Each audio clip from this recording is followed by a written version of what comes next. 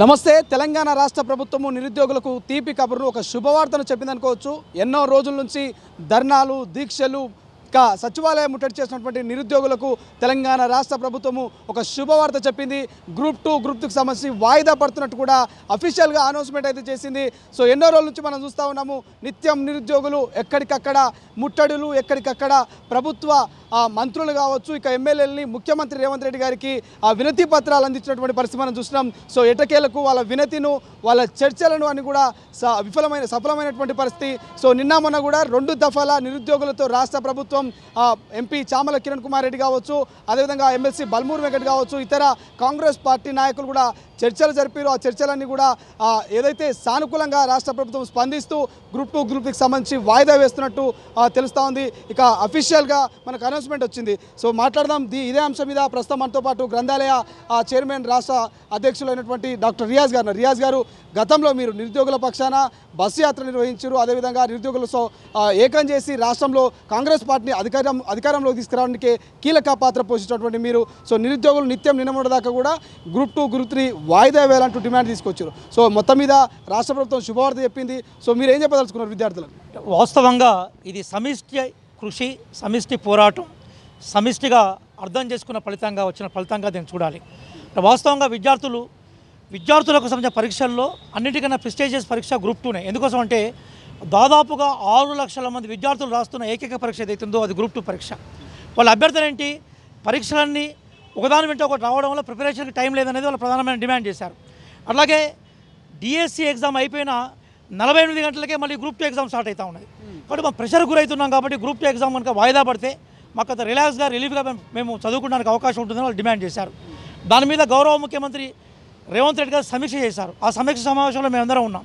అందులో వారు అడిగారు, ముఖ్యమంత్రి గారు అడిగినప్పుడు మేము విషయం యొక్క వివరణ, ఆ విషయం యొక్క సీరియస్నెస్, విద్యార్థులు ఏం కోరుకుంటున్నామో మేము చెప్పినప్పుడు ఆ రోజే దాదాపుగా ముఖ్యమంత్రి రేవంత్ రెడ్డి గారు ఈ విషయానికి సంబంధించిన ఒక సానుకూల నిర్ణయాన్ని తీసుకునే అవకాశం ఉందని చెప్పారు. విషయాన్ని అర్థం చేసుకున్న తర్వాత అది మేము ప్రభుత్వం ప్రకటించే అవకాశం ఉండదు. ఎందుకంటే Telangana public service commission authentic source అదే సంస్థ కాబట్టి ఈరోజు వాళ్ళ దగ్గర నుంచి ఆల్మోస్ట్ వాళ్ళ ప్రకటన బయటకు వచ్చింది. కాబట్టి ఇది ప్రధానంగా నిరుద్యోగులు ఏదైతే కోరుకున్నారో వాళ్ళు అర్థం చేసుకున్నారు. మా పార్టీకి సంబంధించిన ఎంపీలు కానీ, ఎమ్మెల్సీలు కానీ, ఎమ్మెల్యేలు కానీ వాళ్ళు నిరుద్యోగులతో చర్చలు చేశారు. పొన్నం ప్రభాకర్ గారు కూడా మాట్లాడారు. వీటన్నిటి సమిష్టి ఫలితంగా ఏంటంటే ప్రజలు ఏవైతే కోరుకుంటారో, విద్యార్థులు ఏవైతే కోరుకుంటారో, నిరుద్యోగులు ఏదైతే కోరుకుంటారో ఆ కోరికలను కాంగ్రెస్ పార్టీ నెరవేరుస్తున్న విషయానికి ఇది ఉంది. కాబట్టి ఇప్పుడు విద్యార్థులు డిసెంబర్ వచ్చింది కాబట్టి సరైన సమయం ఉంది. వెంటనే చక్కగా వాళ్ళు చదువు మీద ఫోకస్ చేయాలి.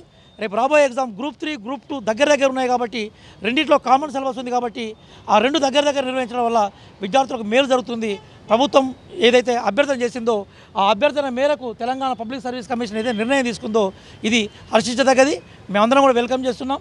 నరసింహ ఆధ్వర్యంలో కూడా ఉస్మానియా యూనివర్సిటీలో దాని మీద సెలబ్రేషన్స్ కూడా స్టార్ట్ అయిపోయినాయి. అందుకోసం మేము ఈ నిర్ణయాన్ని స్వాగతిస్తున్నాం. అదే నేపథ్యంలో ప్రభుత్వానికి మళ్ళొక్కసారి కృతజ్ఞతలు, ధన్యవాదాలు చెప్తున్నాం.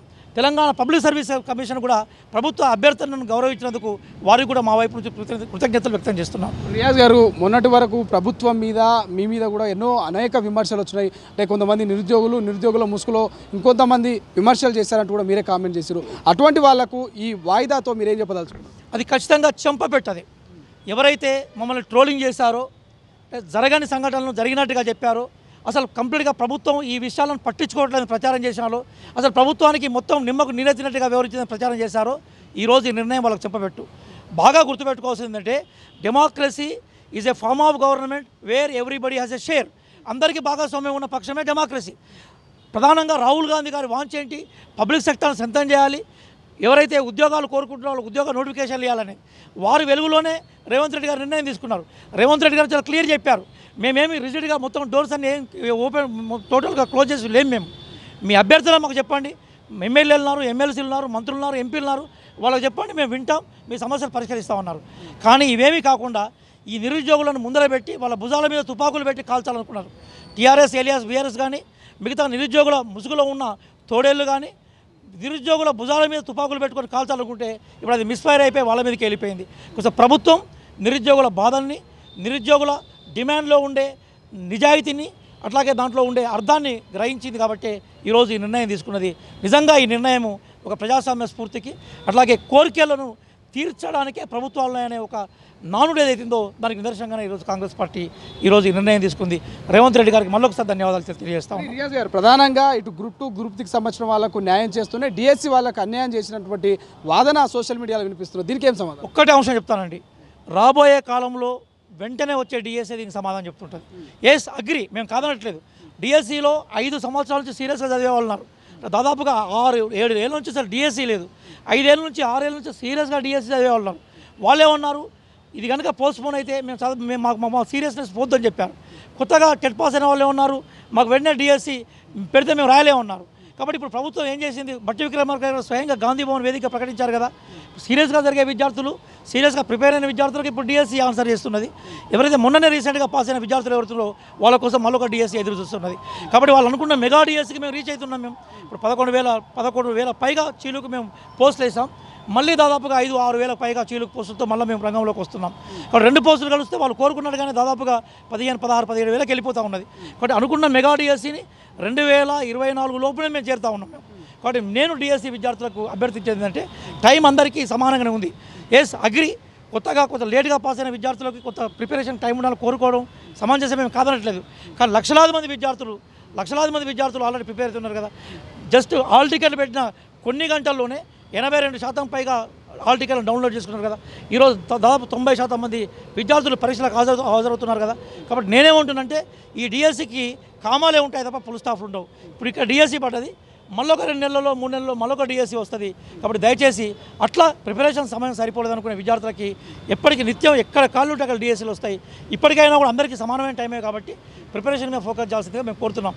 అన్యాయం ఎవరికి చేయలేదు సార్. న్యాయం చేసే సమయంలోనే దఫదఫాలుగా న్యాయం జరిగే కోణంలోనే మనకు కొన్ని అంశాలు వస్తున్నాయి. కాబట్టి వాళ్ళను అన్యాయం జరుగుతుందని రెచ్చగొట్టి అబద్ధపు ట్రాక్లో తీసుకుపోయే ప్రయత్నం చేశారు. కానీ మెజారిటీ డిఎస్సీ పిల్లలు ఈరోజు ఎగ్జామ్ రాష్ట్రానికి నిదర్శనం ఏంటంటే, ప్రభుత్వ నిర్ణయం పట్ల సానుకూలంగా ఉన్నట్టుగా కనబడతా ఉంది మనకి. అంటే ఒక సమస్య ముయ్యగానే రాష్ట్ర ప్రభుత్వానికి మరొక సమస్య తలెత్తుతుంటే అవకాశం కనిపిస్తుంది. ఎందుకంటే ఇప్పటికే గ్రూప్ 1 సంబంధించి 1:100 అమలు చేయాలన్నటువంటి ఉద్దేశంతో ఇవాళ సోమాజిగూడ ప్రెస్ క్లబ్లో రౌండ్ టేబుల్ సమావేశం ఏర్పాటు చేయడం జరిగింది. దీని పట్ల రాష్ట్ర ప్రభుత్వం ఎట్లా స్పందిస్తుంది? ఇప్పుడు ప్రజాస్వామ్యంలో అభివ్యక్తీకరణ అనేది మనం తప్పనిసరిగా స్వాగతించాల్సిందే. ఎవరు వాళ్ళ డిమాండ్ల కోసం ప్రశ్నించడము, దానికి సంబంధించిన సమావేశాలు పెట్టుకోవడం, ఆందోళన చేస్తూ ఉంటారు. కానీ అందులో ఏదైతే జెన్యూనిటీ ఉంటుందో, ఏదైతే హేతుబద్ధత ఉంటుందో, ఏదైతే అమలుకు అవకాశం ఉంటుందో వాటిని మాత్రమే ప్రభుత్వం పరిష్కరిస్తుంది. కాబట్టి డిమాండ్ చేయడాన్ని, సెమినార్లు పెట్టుకోవడాన్ని, అట్లాగే ప్రభుత్వాన్ని విజ్ఞప్తి చేయడాన్ని కాంగ్రెస్ పార్టీ వెల్కమ్ చేస్తుంది. కాంగ్రెస్ పార్టీ ఒక ప్రజాస్వామ్యాన్ని ప్రేమించే పార్టీ. మా దగ్గర ఎమ్మెల్యేలు, ఎంపీలు, ఎమ్మెల్సీలు, మంత్రులు, ముఖ్యమంత్రి గారితో సహా అందరం అవైలబుల్గా ఉంటాం. మేము డిమాండ్ చేయండి, అందులో సహేతుగా ఉంటే మేము అమలు చేస్తాం. అందుకోసం బేసికల్గా డిమాండ్ చేయొద్దని మేము ఎప్పుడు అనలేదు. కాబట్టి ఇంకా ఇవే విషయాలు కాదు, నిరుద్యోగులకు సంబంధించిన ఇష్యూస్ ఎప్పటికీ వస్తూనే ఉంటాయి.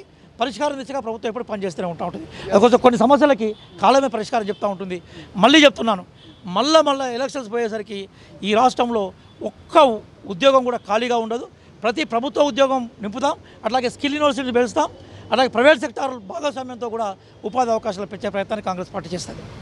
అసలైన తొలి వెలుగు. ఫాలో వాట్సాప్ @తొలి వెలుగు official.